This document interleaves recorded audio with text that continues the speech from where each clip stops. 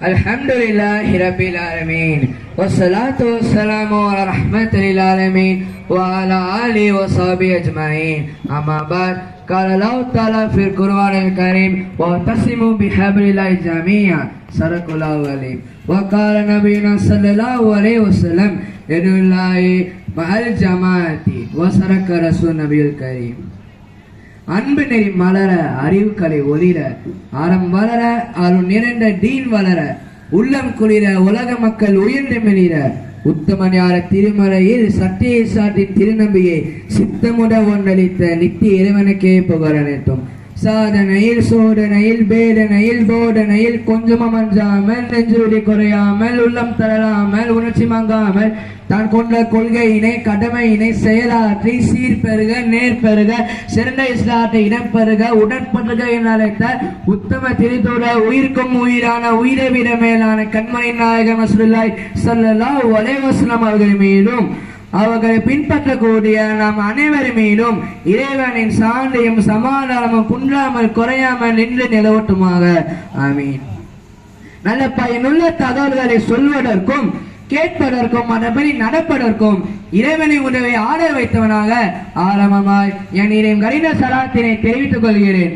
அஸ்ஸலாமு அலைக்கும் வரஹ்மத்துல்லாஹி தஆலா வ பரகாத்துஹு. நான் எடுத்துக்கொண்ட தலைப்பு சமூக சீர்கேடுகளை களைவோம், ஒற்றுமையோடு வாழ்வோம். இக்காலத்திற்கு மிகவும் அவசியமான ஏற்றமான தலைப்பு நான் சொல்வேன். கண்ணியமானவர்களே, முற்களை கலந்தால் மட்டும்தான் ரோஜாக்களை பெற முடியும் என்பதை போன்று நம் சமூகத்தை சீரழிக்கின்ற சீர்கேடுகளை முற்றிலும் கலந்தால் மட்டும்தான் நம் சமூகத்தில் ஒற்றுமை என்பது ஏற்படும். நபிகள் நாயகம் ஸல்லல்லாஹு அலைஹி வஸல்லம் அவர்களின் வருகைக்கு முன்பு வரை இந்த உலகில் குறிப்பாக சவுதி அரேபியாவில் இனத்தால் நிறத்தால் மொழியால் மக்கள் எல்லாம் வேறுபட்டு பிரிந்து சிறைந்து கிடந்தார்கள். மடு மாடு போதை வட்டி கொலை கொள்ளை போன்ற அத்தனை சீர்கேடுகளையும் வரம்பு மீறி செய்தார்கள். இப்படிப்பட்ட மோசமான காலத்தில் தான் அல்லாஹ் தஆலா நபி அவர்களை அனுப்பினார். பெரும் இருளில் சிக்கி தவித்த மக்களுக்கு மத்தியில் இருளை கிழித்து அருளாய் வந்து உரித்தார்கள்.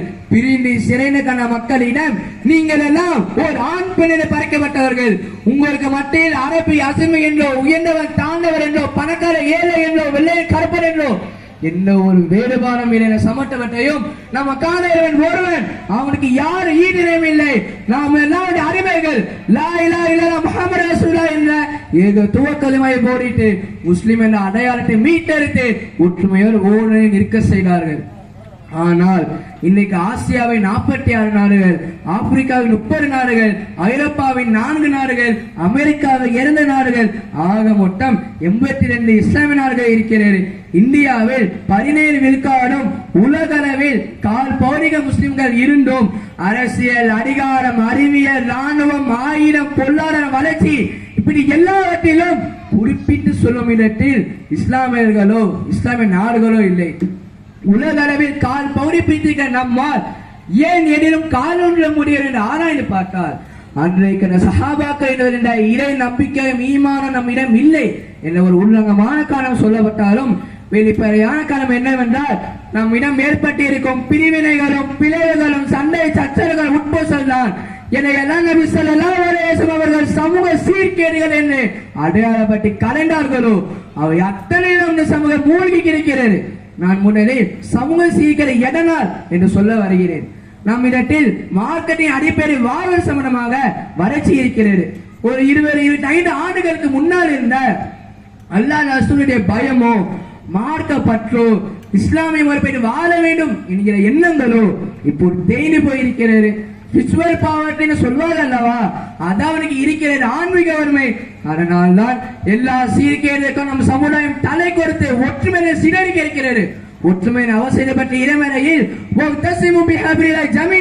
இன்னும் நீங்க அல்லாஹ்வின் கைத்தை வலுவாக பற்றி விரித்துக் கொள்ளுங்கள், நீங்கள் பிரிந்து விடாதீர்கள் என இறைவன் சொல்லி கேட்ப சஹாபாக்கள் தங்களோட மத்தியில் கருத்துகளாக இருந்தாலும் சிந்தனையிலும் ஆய்விலும் ஒருவருக்கு ஒருவர் வேறுபட்டு இருந்தாலும் பல அமைப்புகளாய் இயக்கங்களாய் அணி அணியாய் பிரிந்து நிற்கவில்லை.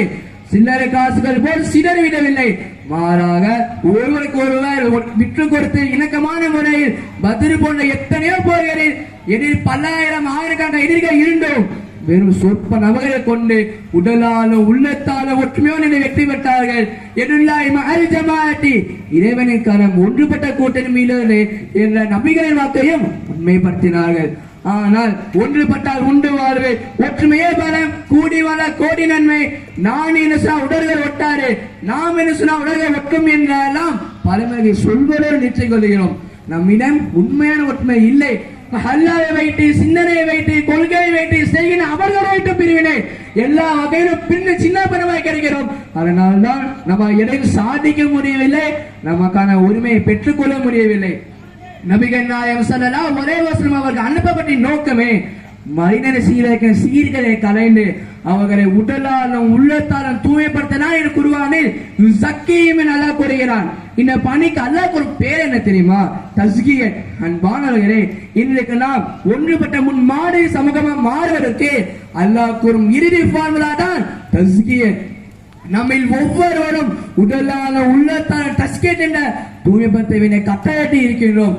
குறிப்பாக அவன் சரியில்லை, இவன் சரியில்லை என மற்றவர்களை பார்ப்பதை விட்டுவிட்டு முதலில் அம்மாவது சாகின்றான் சரியாக இருக்கின்றனா, அல்லாஹ் ரசூலுக்கு கட்டுப்பட்டு அல்லாஹ்வை பேணி இஸ்லாம் காட்டிய வாழ்க்கை தான் வாழ்கின்றனா என்று நம்ம ஒவ்வொருவரும் நம்மை சரி செய்து கொள்ள வேண்டும்.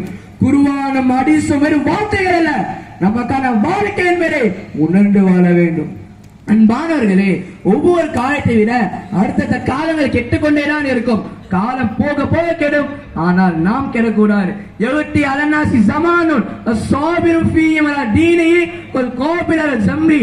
ஒரு காலம் வரும், அந்த காலத்தில் மாக்க நெருப்பை வாழ வேண்டும் என்றால் அவன் உள்ளங்களை நெருப்பினை வைத்திருப்பதை போல்தான் வாழ முடியும் என்று நபிகள் நாயகம் ஸல்லல்லாஹு அலைஹி வஸல்லம் கூறினார்கள். திரும்பிய திசையெல்லாம் கெட்டரை தூண்டுகின்ற மனித ஒழுக்கத்தை சிரைட்டு மாக்கணபடி வாழ முடியாமல் பிரிந்து ஒற்றுமை இழந்து சமூகத்தை சீர்கிற சீர்கேடுகள் தான் அதிகம் இருக்கும். நபிகள் நாயகம் ஸல்லல்லாஹு அலைஹி வஸல்லம் அவங்க எச்சரித்த மிக கேடு கட்ட காலத்தில் தான் நாம் வாழ்ந்து கொண்டிருக்கிறோம். எனவே சமூக ஒற்றுமை வேண்டும் என்றால் முதலில் நமக்கு மத்தியில் இருக்கும் இனத்தா நிறத்தா மொழியா ஏற்படுகிற பிரிவினைகளை களைந்தோம். மது மாறு போதை சினிமா போன்ற அத்தனை சீர்கேடுகளையும் கிள்ளி எறிய வேண்டும்.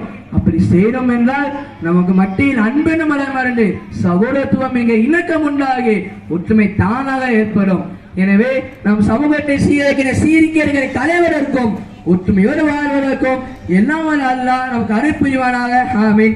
இறுதியாக 25 ஆண்டுகள் கடந்து இன்று சீரும் சிறப்புமாக வெள்ளி விழாவை கொண்டாடி கொண்டிருக்கின்ற மேலும் என்னை போன்ற மாணவர்களுக்கு இம்மேடை வாய்ப்பளித்த சித்தாரை அரபிக் கல்லூரி நிர்வாகிகளுக்கும் ஆசிரியர்களுக்கும் என் சார்பாகவும் எங்கள் ஊர் பெருமை மிகுந்த பெருங்கல் முஸ்லிம் ஜமாத்தின் சார்பாகவும் அன்பான நன்றிகளையும் வாழ்த்துக்களையும் தெரிவித்துக் கொள்கிறோம். ஜஸாகுமுல்லாஹ் ஹைரா வ ஆஹிதாவனா அல்ஹம்துலில்லாஹி ரப்பில் ஆலமீன். அஸ்ஸலாமு அலைக்கும் வ ரஹ்மத்துல்லாஹி தஆலா வ பரகாத்துஹு. அஸ்ஸலாமு அலைக்கும். ஒரு அன்பான அறிவிப்பு. வெளியில வாகன